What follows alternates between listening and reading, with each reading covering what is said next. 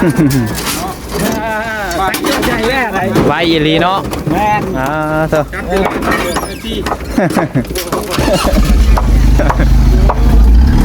โอ้โธ่ดีใจอยู่ป่ะชุดเลยบุ้ยยายเลย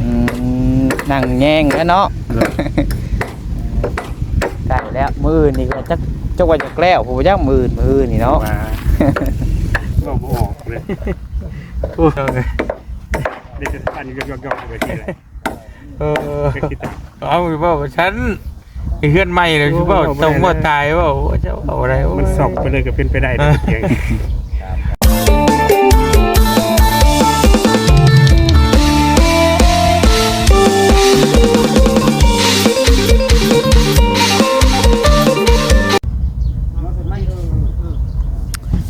พี่น้องเนาะเปิดภาพขึ้นมาอีกรอบแรงๆบัดนี้พี่น้องเนาะเสาเพิ่นเสาเพื่อนให้อาจเพิ่นก็ตั้งสูงจนยึงบัดนี้พี่น้องเนาะโธ่พี่น้องเอ้ยพอบอกทรายเฮเสาก็มาแล้วพี่น้องเนาะพอเฮก็เพิ่นกำลังแก่มากพวกพี่น้องเนาะบึ้นๆมาแล้วพี่น้องเอ้ยโธ่เอาพี่น้องเนาะอีกบ่โดนคือสิได้อยู่อันนั้นเนาะตอนน้องมาใส่กับว่าได้ทาดเนาะเพราะว่ายกเสาซอยเพิ่นพี่น้องเอ้ยเอาพี่น้องก่อนเดินเบิดเนาะกราบทักทายสบายดีสวัสดีพ่อแม่พี่น้อง FC เบิดสุปูสุคนสมองสุบอนพี่น้องเนาะว่าสิอยู่ฝั่งลาวฝั่งไทยแล้วก็อยู่ทางต่างประเทศพี่น้องเอ้ยก็ยินดีต้อนรับเข้าสู่ช่อง YouTube น้องบัดไซชาแนลอีกแล้วพี่น้องเนาะพบมาพอกันตอนนี้ก็ยังอยู่บ้านเพื่อนของไอ้อาเพิ่นคือเก่าพี่น้องเนาะก็นี่แหละซอยเพิ่นเนี่ยเนาะซอยยกซอยย่อซอยจับเท่านั้นเท่านี้ซอยเพิ่นนั่นแหละพี่น้องเอ้ยเฮาบ่มีมาซอยก็ซอยเหือซอยแห้งพี่น้องเนาะพี่น้องเอ้ยจังใดก็ขอบคุณเด้อพ่อแม่พี่น้อง FC ทุกคนเนาะที่เข้ามารับชมคลิปน้องบัดไซเนาะได้ก็ฝากพ่อแม่พี่น้องเข้ามาเล่กดไลค์กดแชร์กดติดตามฝากเนื้อฝากตัวนำ FC ทุกคนเนี่ยพี่น้องเอ้ยเนาะจังใดก็อย่าลืมเบิ่งคลิปโฆษณาให้น้องบัดไซนำแน่เด้อพี่น้องเด้อเนาะไปพี่น้องเอ้ยวันนี้เดี๋ยวพาพี่น้องไปเบิ่งทางพวกเพิ่นเอาแห่ลงมาพี่น้องเนาะไปเบิ่งก่อนพี่น้องมาเนาะ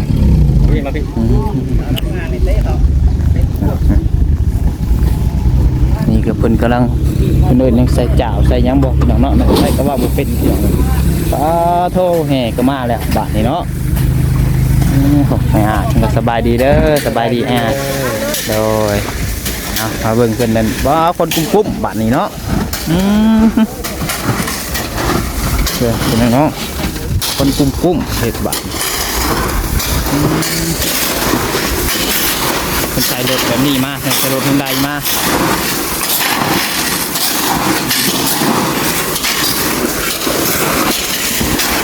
ทางนี้ยังอันนี้ตำมังหุงบ่สบายดีเด้อ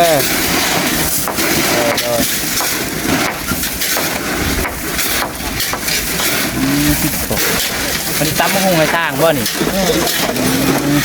อัดไปก่อนอัดมีแนวอัดอะไรอยู่บ่คนควันนี่หาแนวอัดไปก่อนให้เพิ่นเอาลงแล้วก่อน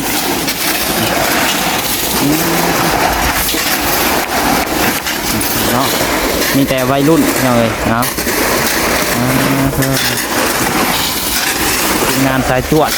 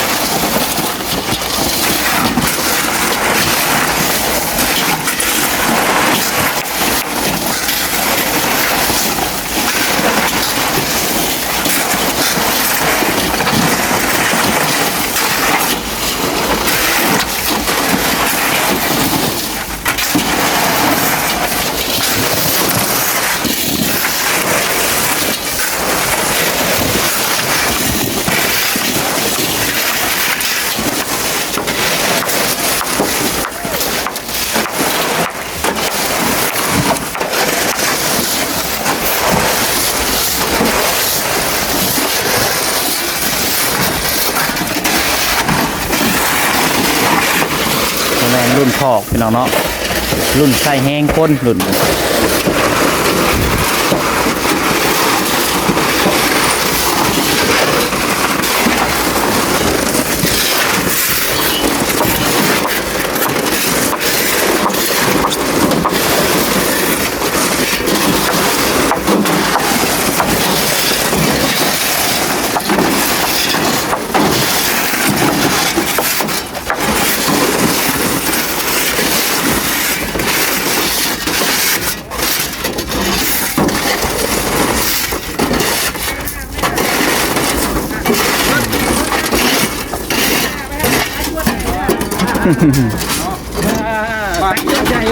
ไว้อีหลีเนาะแม่นเถอะ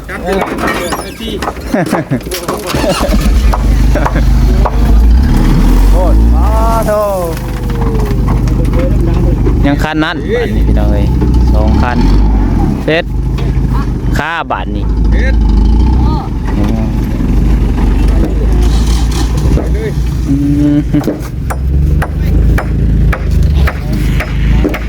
เมื่อยอยู่บ่นี่ฮะน่าบ่เมื่อย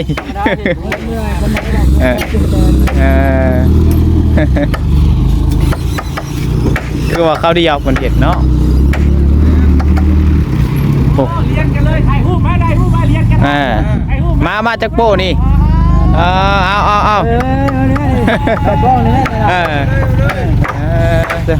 พอแล้วเขากล้องอะไรเลยโอ้น้องแม่คือเอารถสุดท้ายเนาะท่าค่อยเห็นเนาะ ข้าวแล้วบ่ได้เนาะ ข้าวแล้วตายนี่เลยชงฮอดใช้แน่นี่น่ะตัวขี้เลย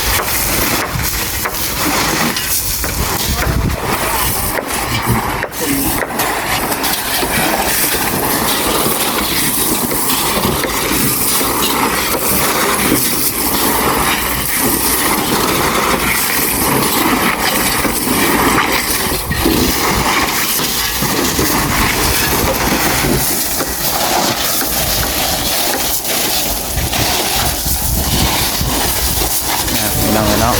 ไว้อีหลี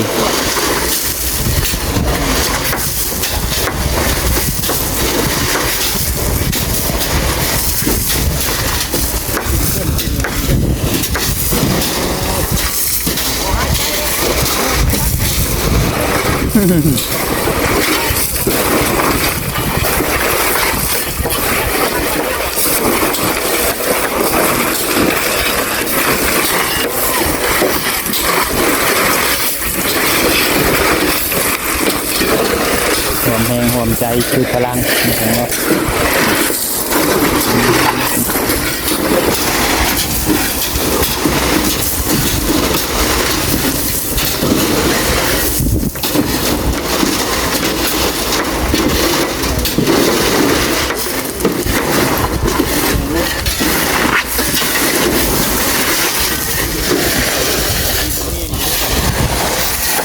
เขาเดียวอย่างเนาะบอลฮอต10 นาที2 โหลดเป็นเอาลง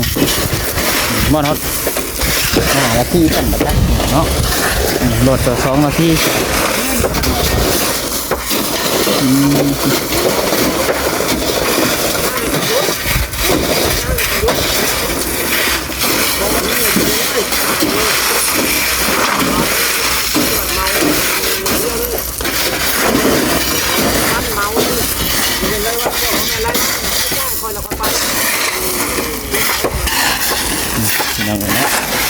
เอาเรียบร้อยเนาะ ที่ ได้เนาะ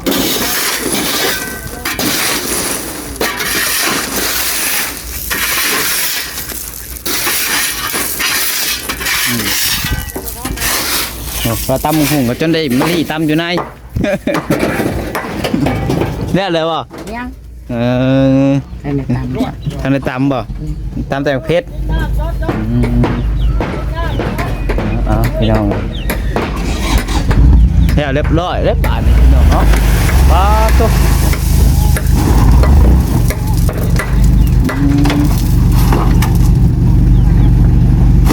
เอาโหรถไฟอ่ะนะพี่น้องเนาะบ่าวติดสายจวด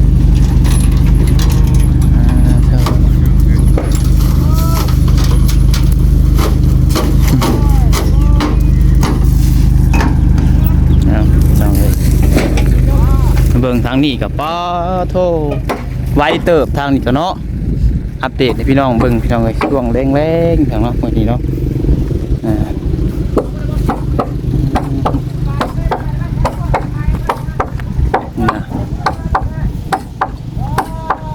ได้ลายเติบพี่น้องเลย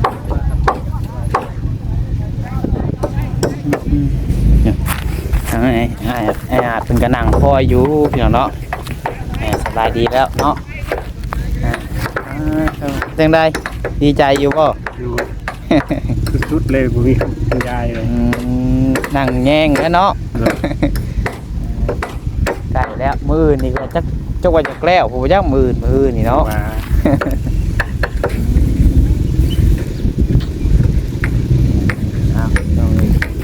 หาเบิ่งไปนำกันเนาะโดย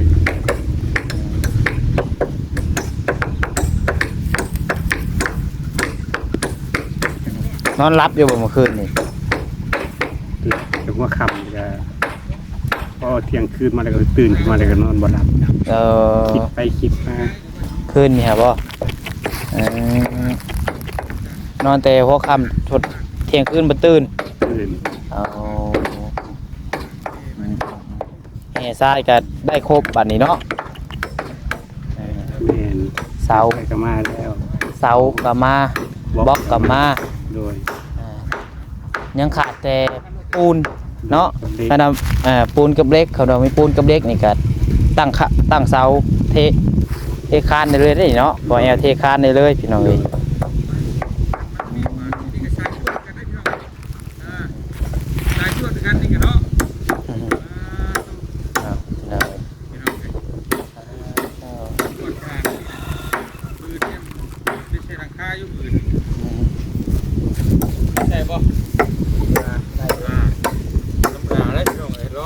ดีเด้อมาเที่ยวโดยสบายดีน้อง โดยเนาะพอมาขึ้นโค้งนี่สังสีมาใส่เลยนี่จวดที่นั่นนี่กันโอ้ดีเตียงสยางเลยกันทุกอย่างปลอดภัยเลยนะเนาะทุกเตียงอยู่ตรงนี้เลยนั่งเฝ้าอยู่เนาะนั่งรุ่นเลยแล้วไปเจอนั่งรุ่นอยู่โอ้ยคิดว่าขาดคิดจะมาคิดมันเกินคาดฝันที่ยังว่าซองเสมอมารุ่มเลยมันป่ะโดย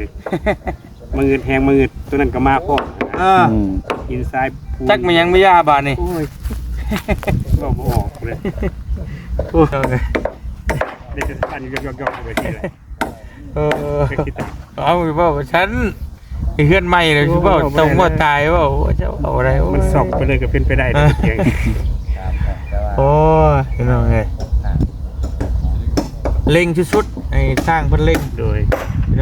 ในความฝันผู้ขาได้สำนีกับภูมิใจได้ประเดี๋ยวสำนีบ่โดยแต่ว่ามันเน่นมันหนามันคักเนาะโดยนี่คือว่าบุญวาสนาสูงสุดเลยโดยเพราะว่าเขานี่กับพี่น้องไงมันก็แบบเพื่อนรุ่นสมัยตะกี้เลยพอเขาเอาไม้ดีๆไม่เฮ็ดคักๆนี่ก็โอ้ยพอ50 ปีเนาะยังไม่ได้เป็นอย่างไรพี่น้องเลยนี่ก็คือเฮ็ดบ่เตียงก็จะเฮ็ดให้มันคักเติบนึงนั่นแหละแต่เชื่อว่าเฮ็ดไปให้อ้ายเพิ่นอยู่แลพอได้อยู่ได้เศร้าได้ฝนบ่ตกบ่ห้ำใส่หัวก่อนแต่ส่วนว่าตัวดินนั่นแหละมันมีงบหรือบ่มีก็จังว่ากันได้เชื่อนะอย่างน้อยเฮาก็ มีหม่องอยู่ได้เฮาก็บ่เดือดร้อนไปเนาะ โดย นักเรียนมีผู้ใหญ่เพิ่นช่วยค่อยเฮ็ดค่อยหยังก็บุญไปพี่น้องถ้าบ่มีเฮาก็ยังมีหม่องอยู่นี่เฮาก็โอเคนะเฮามีมาหาได้ก็จังค่อยเฮ็ดอีกนะ โดย คงคิดบ่เตียง โอ้เกิดลูกหลานมาอยู่ แม่น เอื่อยมากครับเพิ่นสานต่อกันเพิ่นสานต่อเพิ่นไปหา เพราะว่าตัวนั้นมันบ่ง่ายแต่สิเฮ็ดในเรื่องเพื่อนดินงบหลายใช้เวลาดนอีกแต่ตัวนี้น่ะมันก็พี่น้องตรวจจัดเนี่ยก็บ่ไหวแหละถ้าว่าบ่แม่นช่างที่ว่าสีมือเฮ็ดเนี่ยก็มันก็ดนอยู่พี่น้องเนาะ พี่น้องเนาะให้เป็นลมกันโททางนี้บัดนี้เนาะหาทางใดเด้สบายดีทางให้ติดได้มาผู้เดียวบ่ มากับมีนาเพิ่น เอา โอ้ยเนาะคิดฮอดอยู่ คิดฮอดอยู่บ่มาได้ทางใดแซ่นี่ ซื้อข้าวจังแก้ว โอ้ จังแก้วน้องๆเพิ่นน่ะ ได้เบา เด้อ สบายดีเด้อมาได้พุ่นแล้วสังแก้วบ้านสังแก้วเพิ่นไหน เป็นยังไง เห็นเพื่อนให้เพิ่นแหละผู้ใหญ่เพิ่นมอบงานให้นะจะได้มาได้พุ่นก็ได้ก่อนสิกลับบ้านแวะก่อนว่าซั่น ทางแหวกพอดีเนาะ ว่าสิกลับบ้านนะครับว่าจบจากนี้ก็ว่าสิกลับพุ่นได้บัดนี้ว่ายังสิไปไหนบ่นี่สิไปไหนอยู่บ่ จังว่านี่แล้วไอ้ตลอดได้ เอ้ยเนาะ แล้วเพิ่นเลยบ่ซะทางนั้นยังบ่ยังหลาย ได้ไปก็เกือบเดือนเลยน้องปัสไซก็เนาะจักมื้อก่อนสิขึ้นไปเยี่ยมน้องๆเพิ่นโดย แจ้ข่อยครับขอคำบ่เยอะ เอา 3คน แต่ว่ามื้อนี้นี่ไปกับสามีนา2คนเอา มาได้ขึ้นห้านขึ้นเพื่อนอันน่ะเจ๊น้อยเพิ่น โดยแล้วก็ไปเลย ไปเลย โอ้แล้วก็สั่นลงมา ลงมาได้ถึงเลย มาวางบ่าย2มื้อเช้านี้ก็มาแล้วเทื่อนึงแต่ออกเมื่อ ขักในเนาะบัดนี้เนาะใกล้กันครับเนาะ โดย เบิ่งไปน้ำกันนี่ได้พี่น้องนี่ แม่น คือว่าเนี่ยมาบ่มีหยังก็ช่วยๆเองคือบ่สิ แม่นซอยหยกซอยย่อน้ำเพิ่น แม่ เพื่อนเฮาเนาะ สร้างเพิ่นได้เฮ็ดบ่ถึงเนาะนี่เนาะ แม่นถ้าก็ตั้งขึ้นนี่ได้นี่ นี่ได้ แม่นวาง3 โมงปลายนี่เขาเดียวนึงได้น่ะบ่เกินมื้ออื่นจักว่าได้ใส่หลังคาให้เพิ่นยังว่า อูวับเนาะ สร้างเพิ่นเป็นบ่ทุกคนบัดนี้เนาะ จักกันไดเนาะเด็กก็ได้คือกันว่าซั่ เพื่อน น แท้ โดยเอาไปเบิ่งทางนั้นก่อนบัดนี้ให้โดย นั่นทายกันแหละ โอเคพี่น้องเนาะมาเบิ่งทางสร้างเพิ่นเฮ็ดต่อบัดนี้พี่น้องเนาะ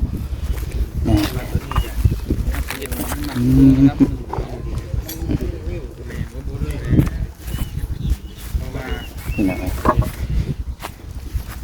แสงสะท้อนมืดเพิ่นเอิ้นขั้นตอนยังนี่ขั้นตอนยังนี่ ใส่ข้อ2แล้ว ใส่หลังเสาหลังใส่สีงัว สีนัวไวเติบเนาะหากก็ตั้งขึ้น แต่นี่5คำนี่จักว่าได้หลายเติบเนาะ สีงัวสีงัวขาวนะ มื้อนี้ได้ขึ้นโค้งบ่จัก แม่ ขึ้นโค้งมุงแล้วเนาะเอาไปเอาเลย เอามันฮอด มุงก่อนเนาะ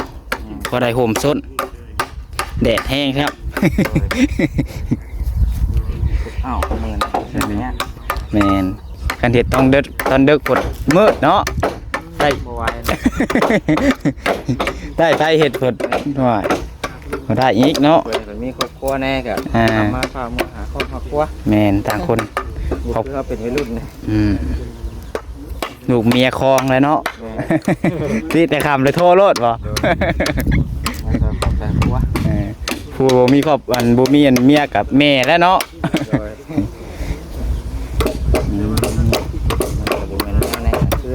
แมนคำอะไรก็เศร้าเนาะเป็นยังไงเด้อทางนั้นเพิ่นตำคงแล้วบ่เพิ่นเนาะแห่ทรายคือว่าแห่นี่ก็แค่ละครึ่งนะเบิ่งทรงเพียงเนาะ แล้วก็เสา9ต้นอย่างเนาะแล้วก็บล็อกไปเลยขาดแต่คันว่ามีเหล็กกับปูนนี่ตั้งเสาก่อแอลเทคานได้เลยพี่น้องเนาะตอนนี้ก็ยังขาดงบขาดหลายอย่างอยู่พี่น้องเนาะถ้ามีผู้รักผู้ใหญ่จากซอยพี่น้องเนาะก็จะผ่านทางช่อง YouTube น้องพัดไส้ก็ยินดีพี่น้องเนาะก็ติดต่อเข้ามาได้เด้อพี่น้องเด้อเนาะเอาพี่น้องเอ้ยจังได้ก็ฝากไปพี่น้องเนาะอีก1ครอบครัวพี่น้องอีก1เคสเนาะครอบครัวของไอ้อาเพิ่นพี่น้องเอ้ยมาเบิ่งทางนี่เพิ่นตำบักหุ่งพี่น้องเนาะ กินนี่ก็เขียนเพิ่นชวนแห่ลงบทที่พุ่นเนาะปุ๊บก่อน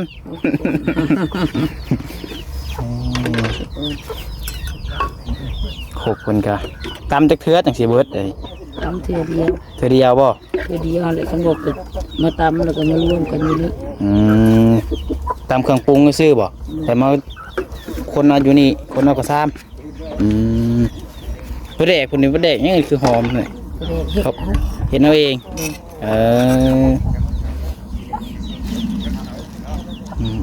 หอมปุ้มๆออกมาเลย ใช่เฮานี่เบิดแต่บ่ป้า เบิดแล้วล่ะ เบิดเนาะผมใหญ่นึงนี่เนาะ โดย เป็นทำมะฮุ่งพี่น้องเลยเอาพี่น้องเนาะก็คลิปนี้กันนี่แหละพี่น้องเนาะโอเคแบบนี้คำเลยเริ่มตะเวนตกแล้วบ้านนี้พี่น้องเนาะน้องบัดไซก็ที่ได้ขอโตจบคลิปแล้วบ้านพี่น้องเนาะเพราะมันก็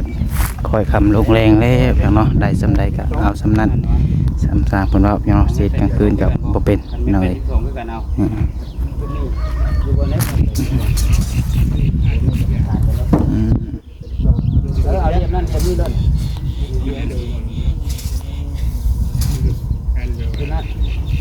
โอเคพี่น้องเนาะแต่ว่าหลับคลิปนี้ก็ขอลาไปพี่น้องไปก่อนน้องผิดพลาดประการใดก็ต้องขอโทษขออภัยหลายพี่น้องหากพี่น้องเป็นกำลังใจกดไลค์กดแชร์คนละ1 ไลค์ 1 แชร์เพื่อเป็นกำลังใจให้น้องพัดไส้ในเด้อพี่น้องเด้อเนาะแล้วก็มาทั้งนี้ก็ก่อนไปจังกันเนาะสุดกลางมันนะ ถ้านี่ก็ถ้ามีผู้รักผู้ใหญ่ใจบุญท่านใดจะช่วยเหลือทางไอ้อาจกับเบื่อบ่คำเนาะก็ติดต่อหาน้องพัดไส้ได้เด้อพี่น้องเนาะก็ยังขาดหลายอย่างหลายแนวพี่น้องเอ้ยผู้เล็กละน้อยผู้ละ1,000 2,000ก็ติดต่อมาทางเฟซหรือทางไลน์ได้พี่น้องเนาะสำหรับคลิปนี้ก็ขอลาไปก่อนแล้วพี่น้องเอ้ยขอกล่าวคำว่าสบายดี